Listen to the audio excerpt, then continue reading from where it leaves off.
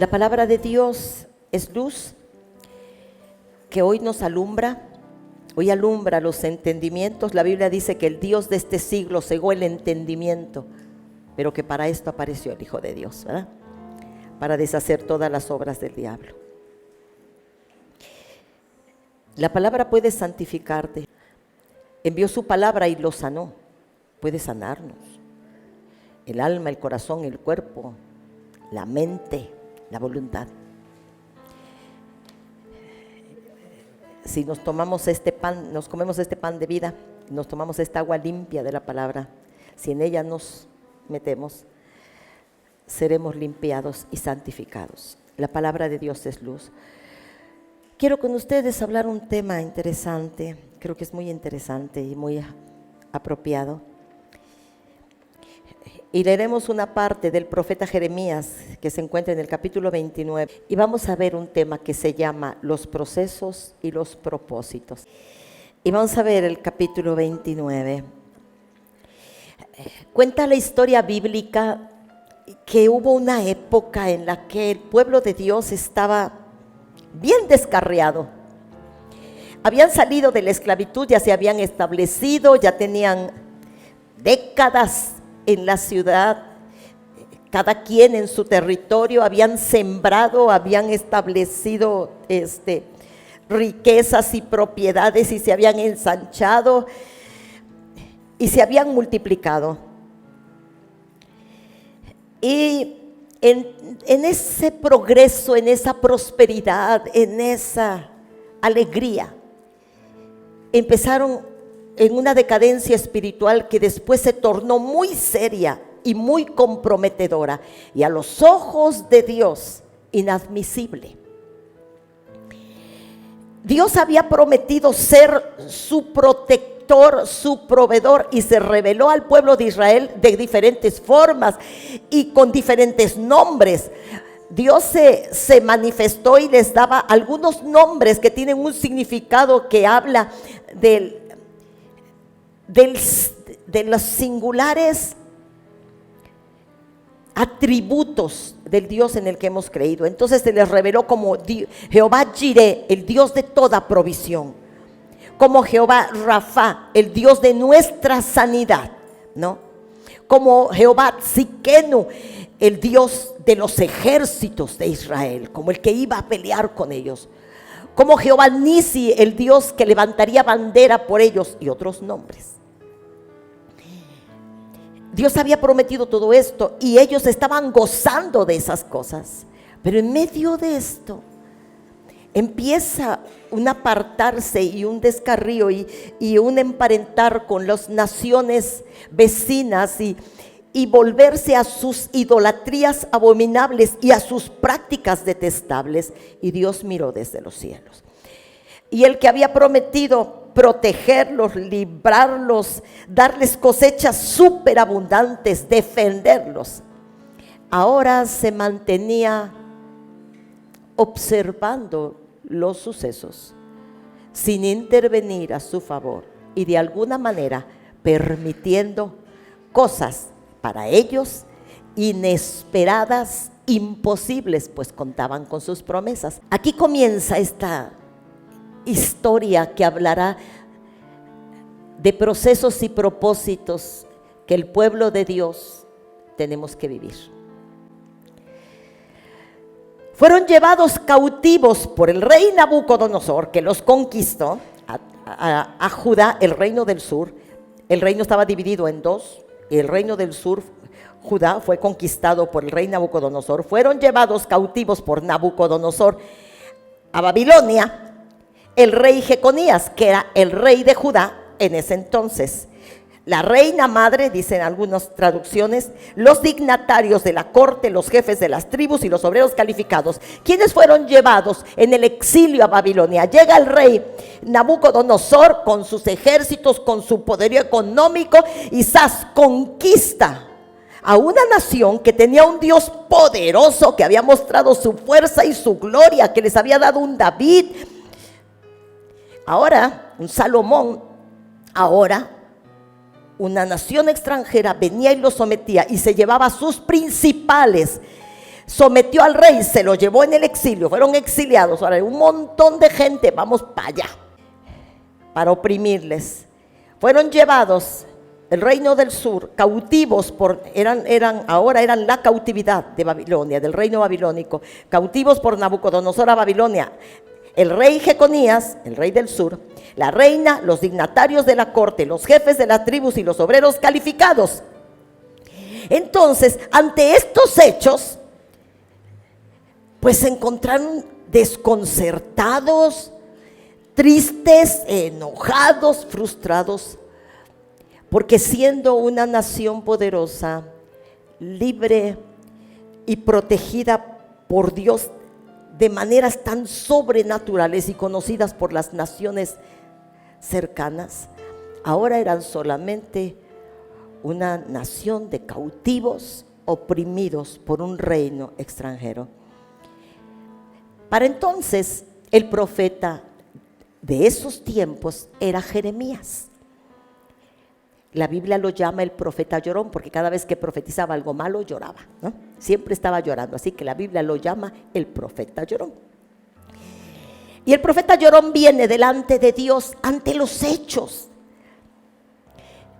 Curioso e interesante que Jeremías no fue llevado en cautividad. Jeremías se quedó en Jerusalén. Fueron llevados cautivos por Nabucodonosor a Babilonia, el rey Jeconías, la reina, los dignatarios de la corte, los jefes de las tribus, los obreros calificados. Entonces llega el profeta llorón delante del Señor a interceder por el pueblo. ¿Y qué cosa está pasando? Así que Dios habla. Estas personas ya se habían establecido en el reino, ya estaban allí sirviendo. En vez de ser señores, ahora eran siervos. Y fíjate, es que Dios es grande. Entonces Dios, por medio de su vocero, les manda una carta. Cuando las personas están desconcertadas porque hubo un de repente que cambió el rumbo de los acontecimientos, tenías un trabajo y de repente ya no, tenías salud y de repente ya no, tu familia estaba ahí más o menos la llevaba y repentinamente algo pasa. Y Dios debía habernos defendido porque pues son sus juramentos y apelamos a sus promesas, pero solamente se quedó mirando los hechos sin intervenir. ¿No hay nada que Dios tenga que decirnos? Claro que sí. Así que Dios les manda una carta. Voy a leer Jeremías 29, 5 y 6 en la versión Reina Valera contemporánea. Dios les manda una carta. Jeremías escribió una carta desde Jerusalén dirigida, ¿a quién iba dirigida? A los consejeros judíos, a los sacerdotes, a los profetas y al pueblo, ¿sale? Entonces la carta debía leerse en todos lados porque era importantísimo que ellos la leyeran ante los hechos. Y la carta decía así: así dice el Señor del universo. Dios no ha perdido el control, o sea, Dios no está mirando lo que está pasando en mi familia. Claro que sí. Dios no sabe que te enfermaste. Dios no sabe que estás en un tratamiento delicado. Dios no se ha enterado que perdiste el trabajo. Pregunto, ¿Dios no se ha enterado lo que pasó a tu familia? ¿Cómo se están comportando tus hijos? Dios no se ha enterado. ¿Usted qué opina? Así dice el Señor del universo, Dios de Israel, a toda la gente deportada de Jerusalén a Babilonia. ¿Para quién era la carta? Era para los cautivos. ¿Y esta carta qué? Porque nosotros leemos cartas, las epístolas paulinas son cartas, etcétera. Los evangelios, las cartas a los profetas. Dice que era para toda la gente cautiva. Y hoy es una carta para que si en este lugar hay alguien cautivo de enfermedad, alguien cautivo de ansiedad, a alguien le pegó la depresión, a alguien se le acabó la salud o el trabajo, a alguien se le descarrió el hijo. Así dice el Señor del universo, esta carta es para ti, Dios de Israel, a todos los cautivos.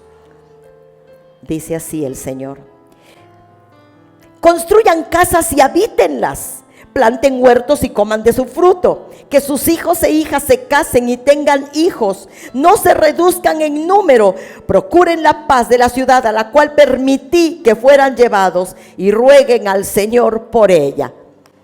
Es como decirle a una persona que está viviendo una situación muy mala, que se muestre con esperanza, ¿no?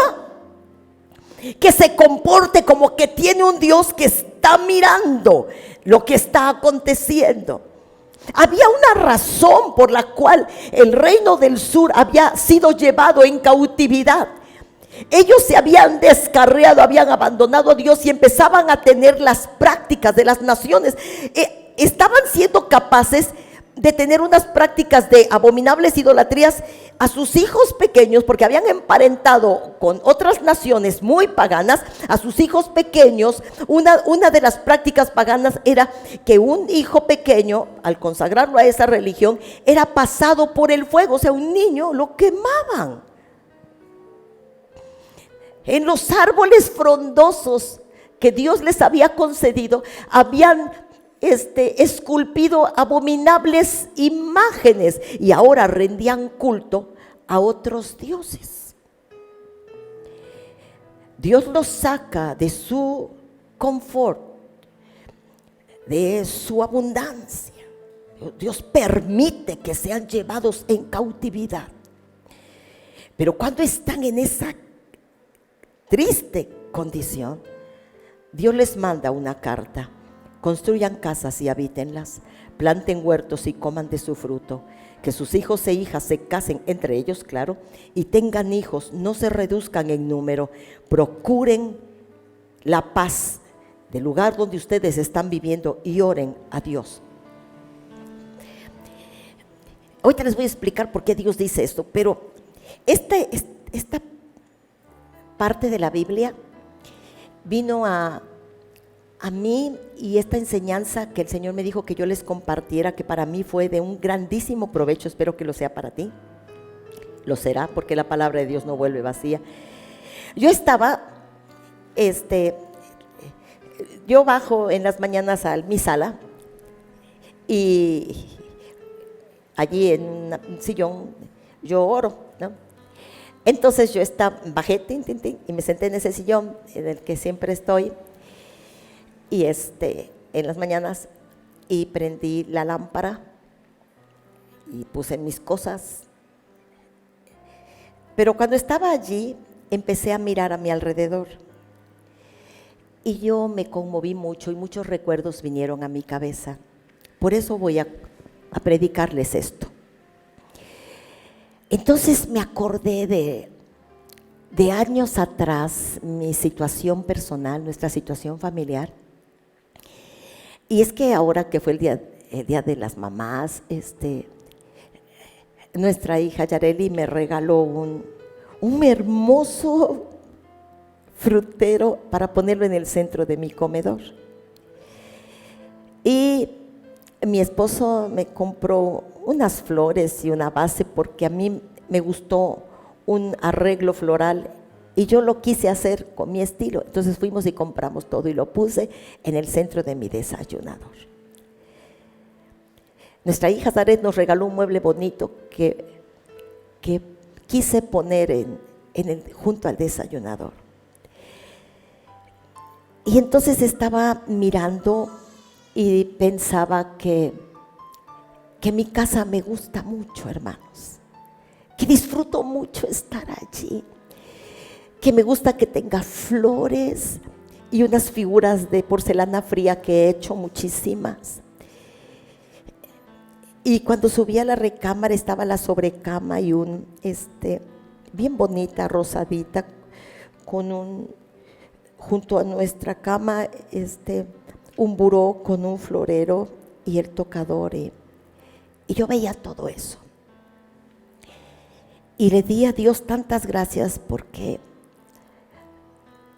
mi vida ahora no se parece absolutamente en nada, no es ni la sombra de tiempo atrás.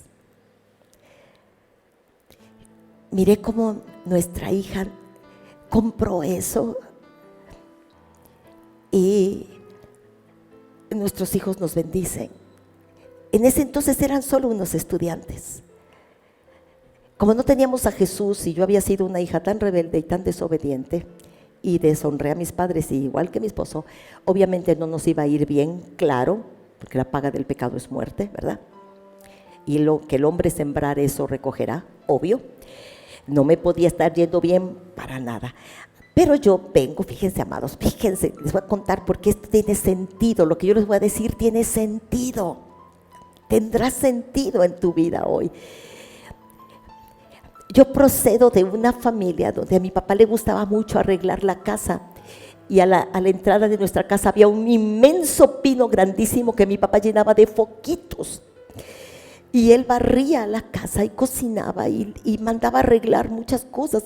Le puso piedras a la pared y así. Cada uno de nosotros, sus hijos, tenía una recámara, para cada uno de nosotros había. Y él era muy abundante. Él compraba un costal de naranjas, una pieza de jamón. Así era él. Yo procedo de esa familia. Pero mi desobediencia, ¿y quién sabe qué? Me llevó a otras circunstancias. Entonces,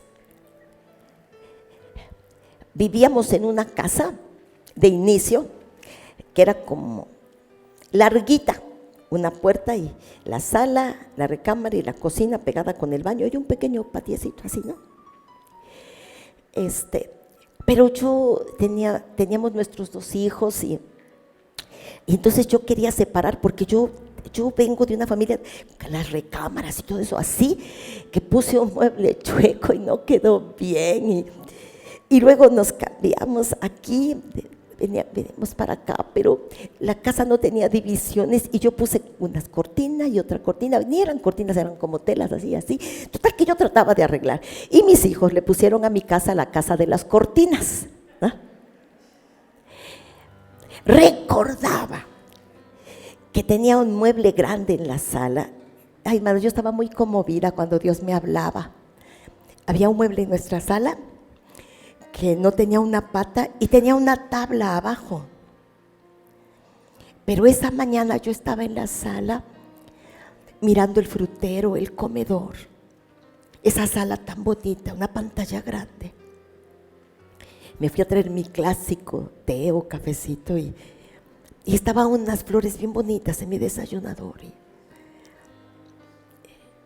Y veía mi cocina, que pude hacerle una recámara preciosa a Isabela, como un cuento de hadas. Miraba la bondad de Dios. Pero cuando mi casa era la casa de las cortinas, eso me entristecía y me preocupaba. Pensaba, y nuestros hijos estudiando el bachillerato, la universidad, era difícil. Parecía que no sacaríamos los pies del plato y que mi casa nunca dejaría de ser la casa de las cortinas. Cuando los judíos estaban viviendo en la casa de las cortinas y había una tabla abajo de un sillón, Dios les manda una carta y les dice: construyan casas y habítenlas, planten huertos y coman de su fruto, que sus hijos e hijas se casen y tengan hijos, no se reduzcan en número y procuren la paz en donde ustedes están viviendo. Se trata de que cuando uno está viviendo una situación que uno provocó, ¿verdad? ¿Verdad, amados? Porque uno se siente víctima, ¿no? De los papás, ¿no? Yo soy la víctima de mis papás, yo me sentía la víctima de mi esposo, ¿no? Somos víctimas, pero cuando entendemos y llegamos a la razón por la luz del Espíritu Santo en nuestra vida, entonces entendemos que lo que ha sucedido ha sido quizás nuestras malas decisiones o nuestras malas elecciones o ignorar a Dios en nuestra vida, etcétera. Entonces Dios nos manda una carta y nos dice: compórtense en esta situación como que Dios es su Padre, como que hay esperanza, como que hay futuro, y no dejen que esta situación los desbaste al grado de que ustedes pierdan toda esperanza y se resignen, porque la palabra resignación no está escrita en la Biblia, y se resignen a la situación que están viviendo. Como veas la casa, como veas tus hijos, como veas tu esposo, como veas la situación, ármate de esperanza. Tengan hijos, no se reduzcan en número, hagan lo correcto, compórtense con esperanza pese a lo que esté sucediendo. Y les da dentro de la carta una indicación. ¿Cuál? No se dejen engañar. Jeremías 29, el profeta, esto decía la carta, que no los engañen los profetas que se encuentran entre ustedes. Jeremías fue un profeta que no fue llevado al exilio porque Dios no quería que fuera así, pero había otros que sí habían sido exiliados, que seguramente andaban volando bajo, ¿verdad, hermanos?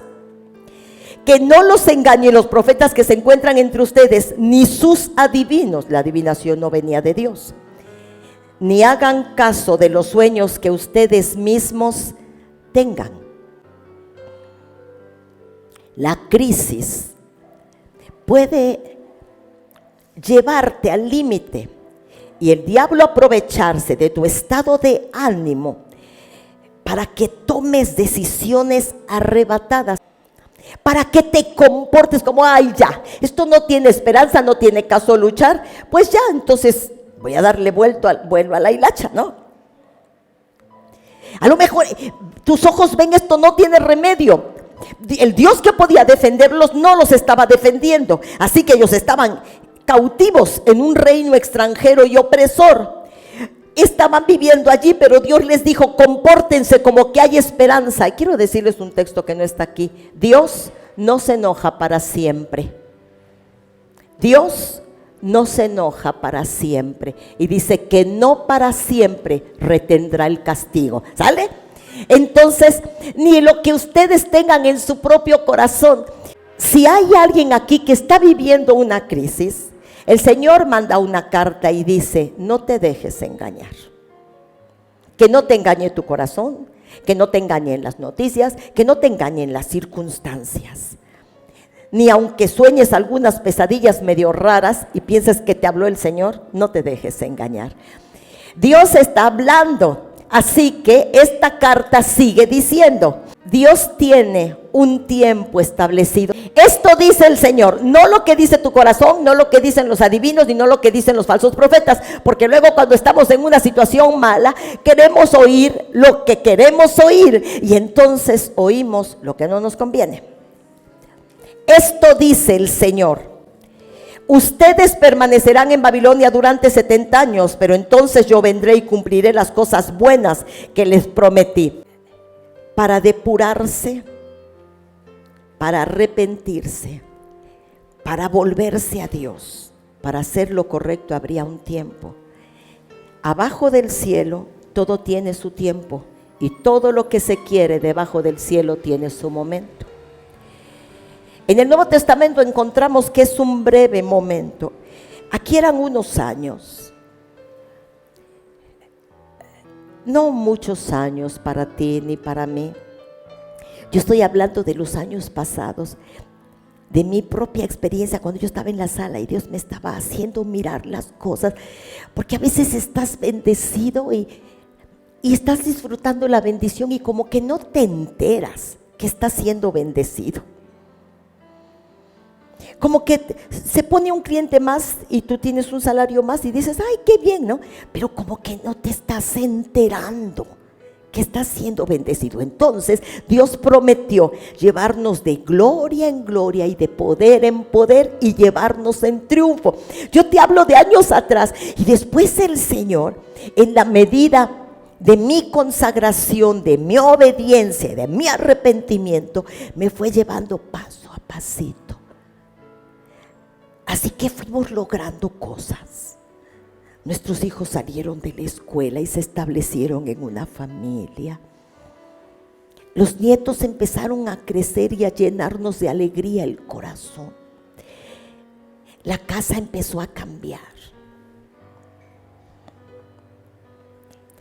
Hace muchos años yo creo que ustedes vieron esa telenovela, se llamaba, creo que era Simplemente María. ¿Quién la vio?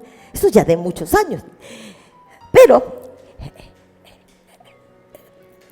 yo quería iba a ser las Navidades y todo eso, cuando todavía estábamos en una situación un poco mal. Yo quería ropa y eso, y ir a la Navidad, pero entonces era difícil, los niños estaban creciendo y habíamos sido desobedientes, no todo estaba bien. Así que yo empecé a hacer mi propia ropa y mis hermanos me pusieron simplemente María.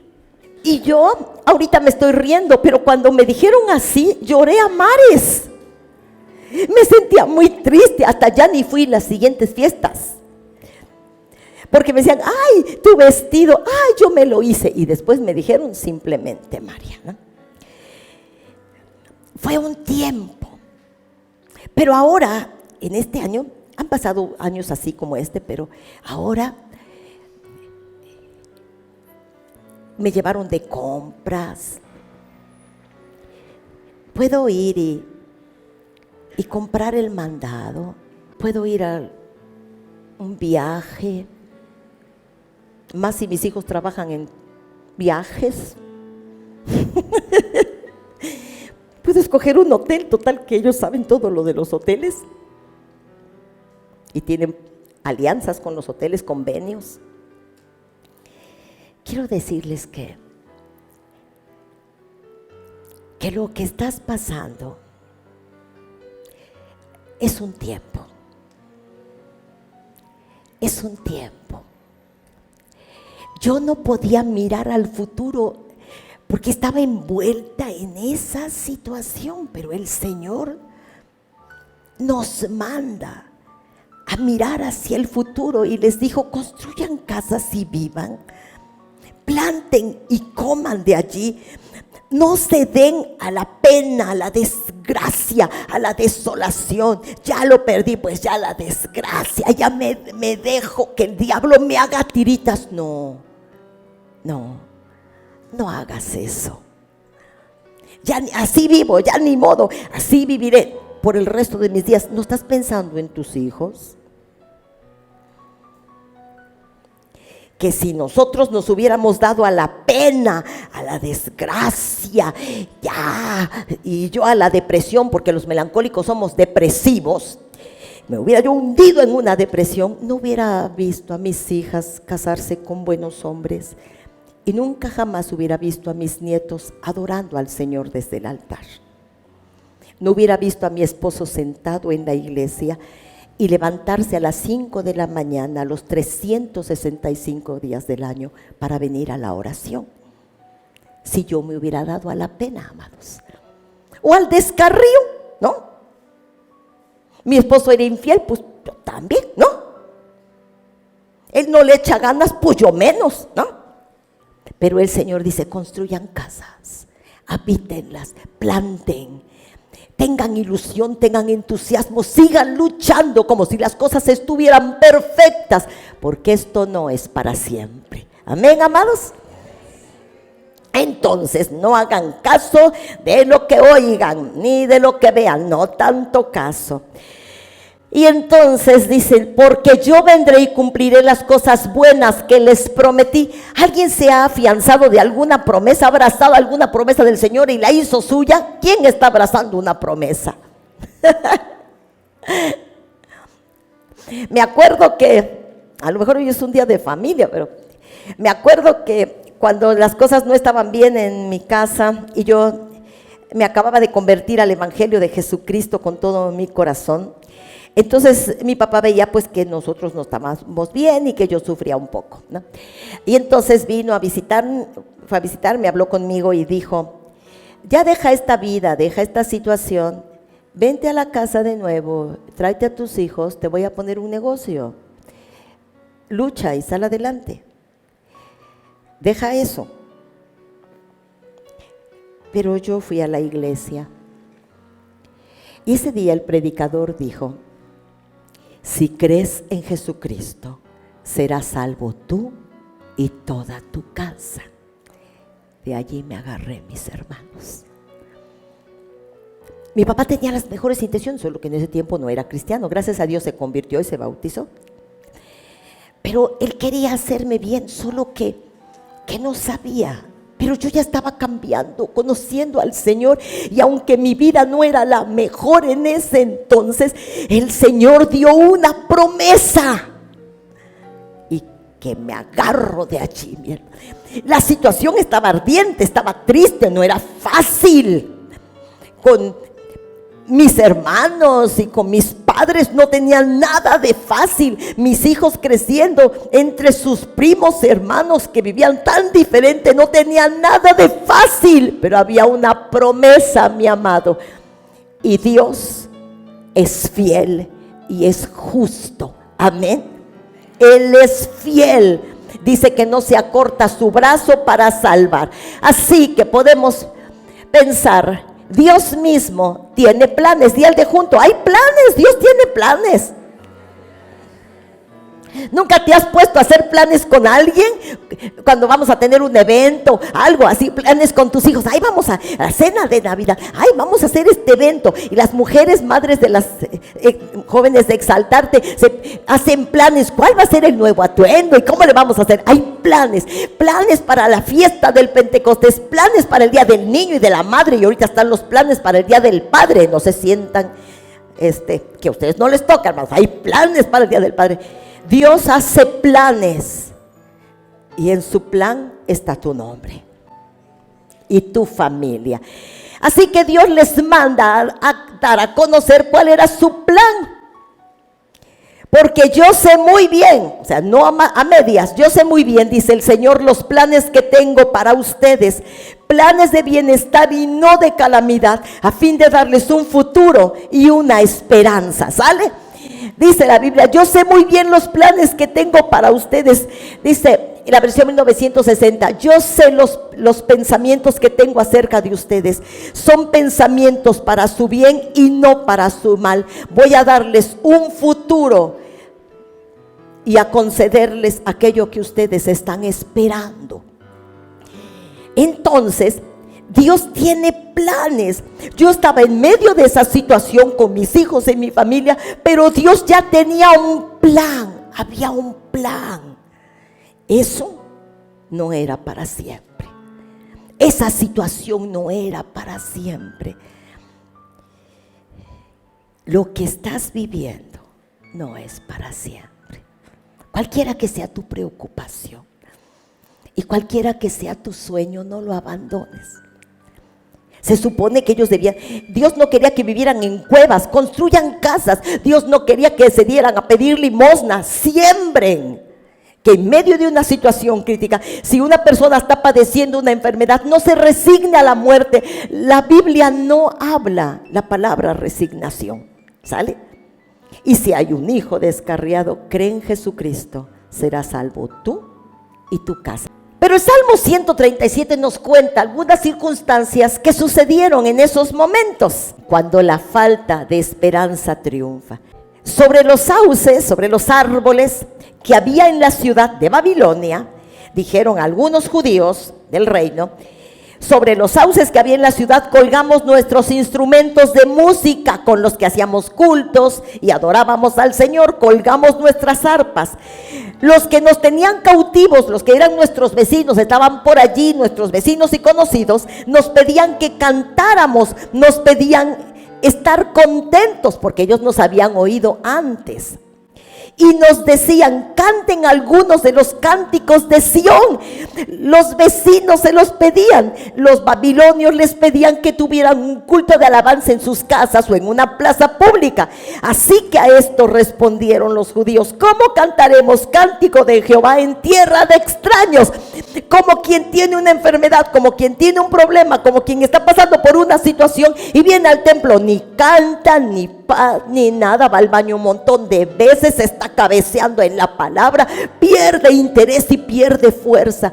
En medio de una situación, la que sea, la alabanza es poder, hermanos. Hay poder en la alabanza.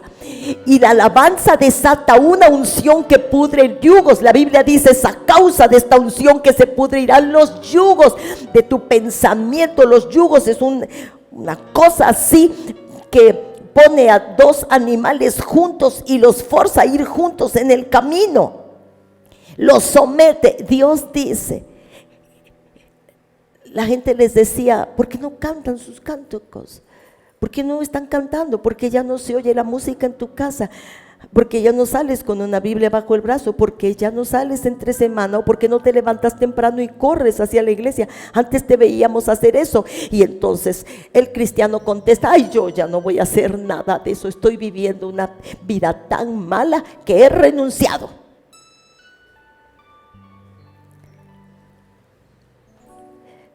Me cansé de orar. ¿Por qué? No te canses. En la alabanza hay poder.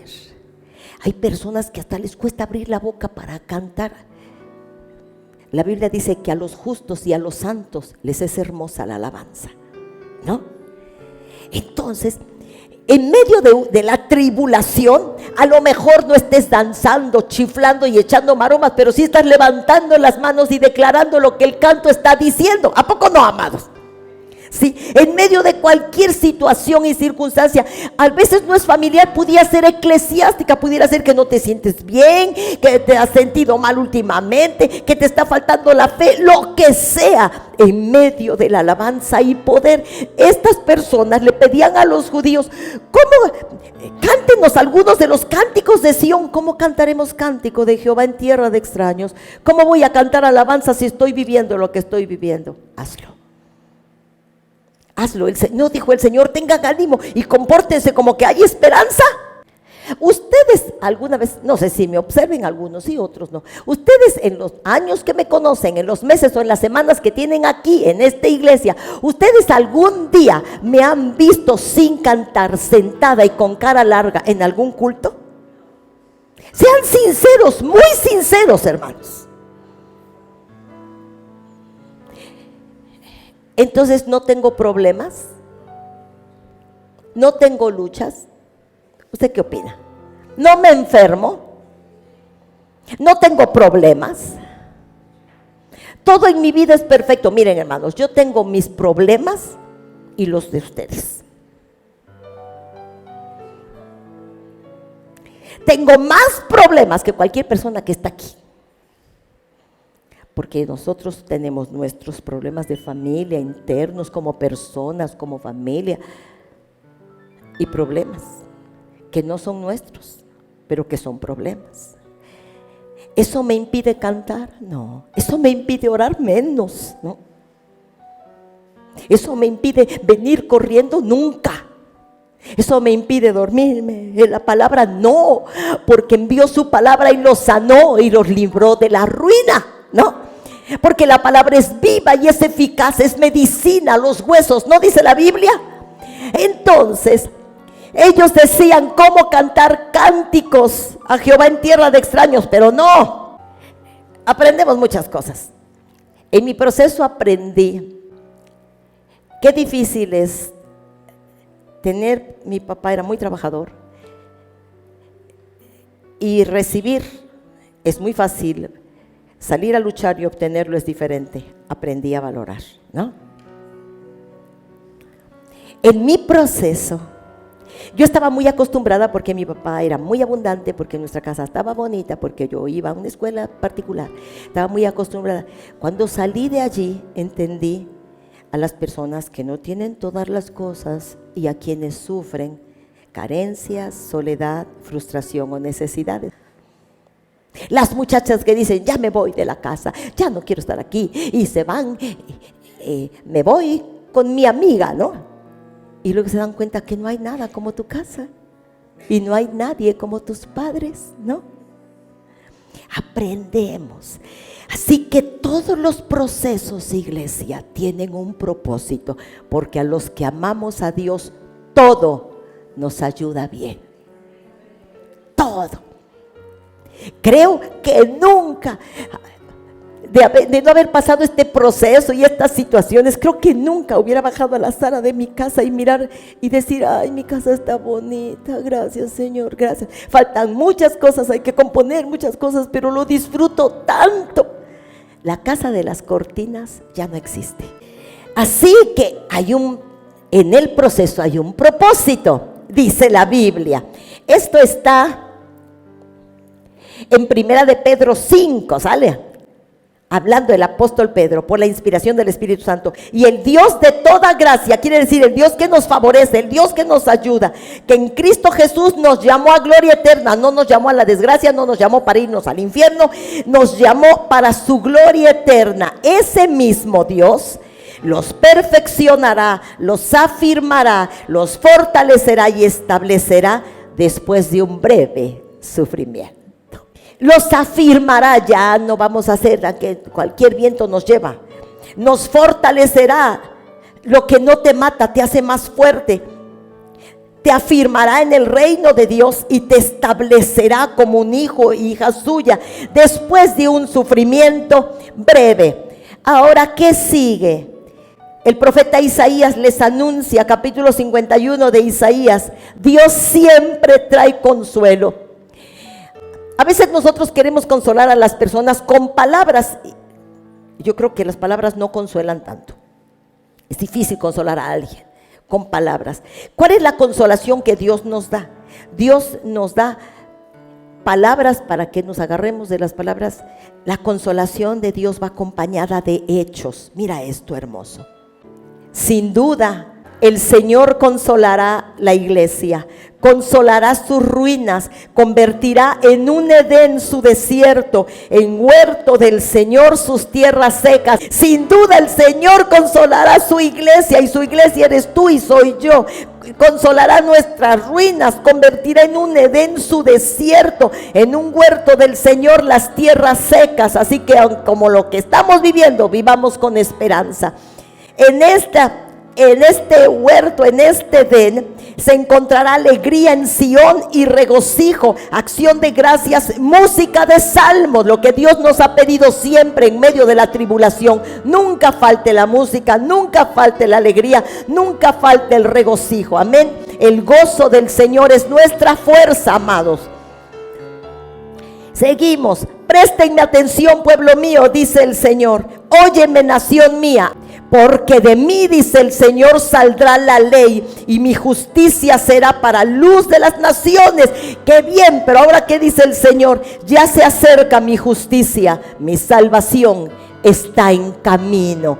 Ya se acerca mi justicia. Si hay actos de injusticia en tu contra, el Señor es un juez justo, ¿vale?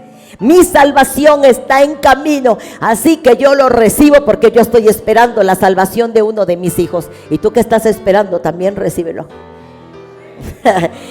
No dice, está detenida contra una puerta de bronce con cerrojos fortificados. Dice el Señor, estoy atorado, no puedo tirar la puerta. No, dice que está caminando. La salvación está en camino. Porque voy a hacer que corra agua en el desierto, arroyos en la tierra seca. Derramaré mi espíritu sobre tus hijos y nietos, y mi bendición llegará en tus generaciones, dice el Señor. Ellos prosperarán como hierba bien regada, como sauces en la ribera de un río. Yo puedo decir que he visto que el Señor, yo veo ya el agua correr en mi desierto. Yo ya disfruto tomar del agua de los ríos en mi tierra seca. Ya he visto su espíritu derramado sobre mis descendientes y la bendición llegar a mis retoños. Y también los he visto prosperar como hierba bien regada, como sauces en la ribera de un río. Quiere decir que lo que Dios promete se cumple. Yo tengo un testimonio, tú también vas a contar el tuyo, ¿no? Cada uno de nosotros es la obra de Dios. Si alguien quiere conocer si Dios es generoso y abundante, solo mira este mundo. Solo mira árboles frutales deliciosos. Solo mira la diversidad de la vida. Solo mira las altas montañas, solo mira las cosas de las cuales disfrutamos grandiosamente. Mira que dio a Jesús, su único Hijo, que nos dio su palabra, su Santo Espíritu, que tienes vida en medio de una pandemia que mató millones de personas, que tienes un trabajo en medio de tantas empresas cerradas y desempleos. Solo mira su bondad, por favor. Amén. Descubre su generosidad y su grandeza. Entonces, si Él dice, derramaré mi espíritu sobre tus hijos, ¿quién levanta la mano y dice, sí, amén? y mi bendición llegará a tus nietos y bisnietos. ¿Quién lo agarra, mi hermano? Tus nietos y bisnietos prosperarán como hierba bien regada, como sauces en la ribera del río. ¿Quién lo toma, mis amados? Palabra del Señor.